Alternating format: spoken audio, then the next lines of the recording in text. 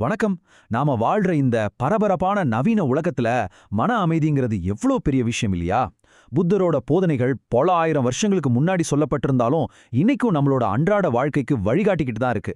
வாங்க, அந்த ஞான பாதையில நாமளும் சேர்ந்து ஒரு பயணம் போவோம். நம்ம பயணத்துல ஒரு 5 முக்கியமான கட்டங்களை பார்க்க போறோம். முதல்ல நம்ம மனசுக்குள்ள ஆரம்பிச்சு, அப்புறம் கடந்த காலத்தோட சுமைகளை எப்படி இறக்கி வைக்கிறதுன்னு பார்ப்போம். அதுக்கப்புறம் உறவுகளோட உண்மையான முகம், வெற்றிக்கான புத்தரோட பாதை, கடைசியா ஞானத்தோட இறுதி இலக்கு என்னங்கிறத வரைக்கும் நம்ம ஆராய போறோம். ஒரு நிமிஷம் கண்ணை மூடி யோசிச்சு பாருங்களேன். உங்க மனசு எப்படி இருக்கு? அலைகளே இல்லாத தெளிவா இருக்கிற ஒரு அமைதியான குளம் மாதிரியா, இல்ல ஓயாம கொந்தளிச்சுக்கிட்டே இருக்கிற ஒரு புயல் கடல் மாதிரியா? இந்த கேள்விக்கான பதில்ல தான் நம்ம தேடலோட படியே அடங்கியிருக்கு. அந்த கேள்விக்கு பதில் தேடுறது தான் இந்த முதல் பகுதி.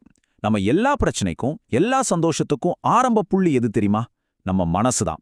அதை எப்படி நம்ம கட்டுப்பாட்டுக்குள்ள கொண்டு வர்றது, நம்ம எண்ணங்களையும் உணர்ச்சிகளையும் எப்படி ஆள்றதுன்னு முதல்ல பார்க்கலாம். புத்தரோட இந்த உவமை எவ்வளவு அழகா இருக்கு பாருங்க. ஒரு ஏரி தண்ணி கலங்காம அமைதியா இருந்தாதான் அதுக்கு அடியில என்ன இருக்குன்னு நம்மால பார்க்க முடியும் இல்லையா? நம்ம மனசும் அப்படிதான். 1000 கவலைகளும் எண்ணங்களும் அதை அலைக்கழிச்சுக்கிட்டே இருந்தா எது சரி எது தப்புன்னு நம்மால தெளிவா புரிஞ்சுக்கவே முடியாது. நம்ம எண்ணங்களுக்கு எவ்வளோ பெரிய சக்தி இருக்கு பாருங்க. தீய எண்ணங்கள்னா அது நம்மளை விட்டு போகாத ஒரு நிழல் மாதிரி நம்மளை இருட்டுக்குள்ளேயே வச்சுக்கும். ஆனா நல்ல எண்ணங்கள், அடேங்கப்பா, அது நம்மளே ஒரு விளக்கா மாத்திடும். நமக்கும் வெளிச்சம் கொடுத்து நம்மளை சுத்தி இருக்கிறவங்களுக்கும் வழிகாட்டும். இதை நாம இன்னைக்கு இருக்கிற சோஷியல் மீடியா உலகத்தோட நேரடியா கனெக்ட் பண்ணி பார்க்கலாம். சில விவாதங்கள்ல அறிவுக்கு வேலையே இருக்காது. அங்க போய் நம்ம சக்தியை வீணாக்கலாமா? நிச்சயமா கூடாது. அந்த மாதிரி இடங்கள்ல அமைதியா ஒதுங்கி வர்றதுதான் புத்திசாலித்தனம். சில சமயம் பதில் சொல்லாம இருக்கிறதா பெஸ்டான பதில். மன அமைதிக்கு இருக்கிற ஒரு பெரிய தடை எதுன்னு கேட்டா நம்மளோட கடந்த காலம்தான். பழைய காயங்களையும் தப்புகளையும் ஒரு பெரிய மூட்டை மாதிரி தூக்கிட்டு எப்படி முன்னாடி போக முடியும்?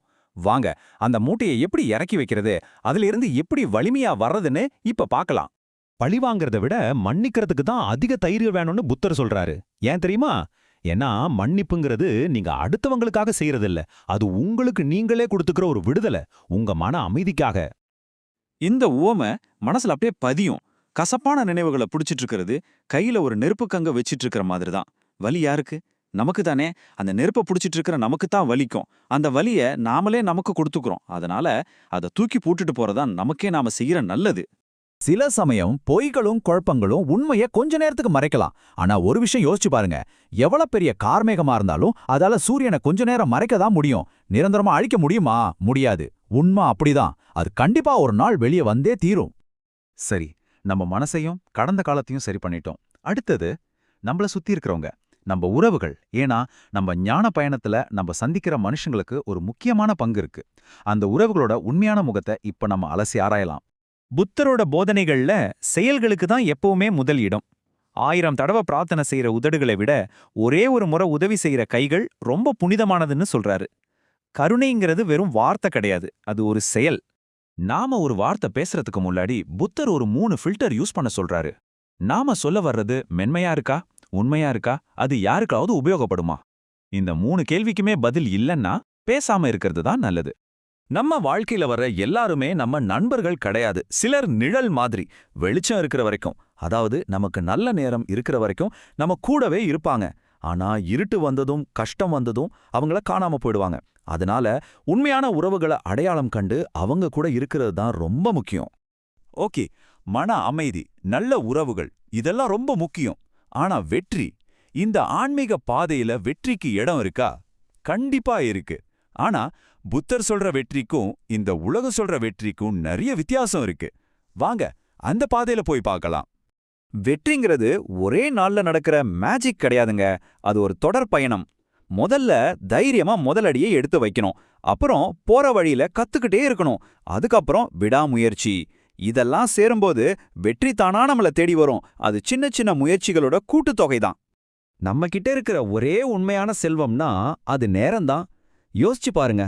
பணத்தை இழந்தா கூட திரும்ப சம்பாரிச்சிடலாம். ஆனா போன ஒரு நொடியை திரும்ப கொண்டு வர முடியுமா? முடியாது. அதனால நேரத்தை வீணாக்குறது நம்ம வாழ்க்கையை வீணாக்குறதுக்கு சமம். நம்ம கத்துக்கிற பயணம் அது நம்ம கடைசி மூச்சு வரைக்கும் தொடரணுங்க. எப்போ ஒருத்தர் எனக்கு எல்லாம் தெரியும்னு நினைச்சு கத்துக்கிறத நிறுத்துறாரோ அப்பவே அவர் மனசளவுல வயசானவர் ஆயிடுறாரு. உண்மையான இளமைங்கிறது வயசுல இல்ல, தொடர்ந்து கத்துக்கிறதுல தான் இருக்கு. மனம், கடந்த காலம், உறவுகள், வெற்றி பாதைன்னு எல்லாத்தையும் தாண்டி நம்ம பயணத்தோட இறுதிக் கட்டத்துக்கு வந்துட்டோம். இந்த பாதையோட அல்டிமேட் கோல் என்ன? அது அமைதி, பேரானந்தம், அப்புறம் நம்மள நாமளே முழுசா உணர்றது. நிறைய பொருள் சேர்க்கறது தான் பணக்காரத்தனம்னு இந்த உலகம் நினைக்குது. ஆனா புத்தர் என்ன சொல்றாரு தெரியுமா? பேராசை ஒருத்தனை பிச்சைக்காரனாக்கும்னு சொல்றாரு. ஏன்னா அவனுக்கு எவ்வளவு கிடைச்சாலும் பத்தவே பத்தாது. ஆனா இருக்கிறத வச்சு திருப்தி அடையறவன் தான் உண்மையான ராஜா. மன நிறைவு தான் உண்மையான செல்வம். நன்றி உணர்வுங்கிறது ஏதோ ஒரு சடங்கு மாதிரி கிடையாது. அது ஒரு பவர்ஃபுல் மேக்னெட். இன்னைக்கு நம்மகிட்ட இருக்கிற சின்ன சின்ன விஷயங்களுக்காக நம்ம மனசார நன்றி சொல்லும்போது அது இன்னும் பெரிய நல்ல விஷயங்களை நம்ம வாழ்க்கையில ஈர்க்கும். நம்மள பல பேர் செய்யற ஒரு பெரிய தப்பு இதுதான். மத்தவங்க மாறணும், சூழ்நிலை மாறணும்னு நம்ம எதிர்பார்த்துட்டே இருப்போம். ஆனா உண்மையான மாற்றம் நமக்குள்ள இருந்து தான் ஆரம்பிக்கணும். நீங்க உங்களை மாத்திக்கிட்டா போதும், நீங்க உலகத்தை பார்க்குற விதமே மாறிடும். உலகம் தானா உங்களுக்காக மாறும். கடைசியா புத்தரோட இந்த ஆழமான வார்த்தைகளோட முடிச்சுக்கலாம். வாழ்க்கையோட உண்மையான நோக்கம் உங்களை நீங்களே கண்டுபிடிக்கிறது தான். இந்த முழு ஞான பயணமும் வெளியில எங்கேயும் இல்லைங்க. அது நமக்குள்ள நாம செய்யற ஒரு பயணம். அந்த பயணத்தை ஆரம்பிக்க நீங்க தயாரா?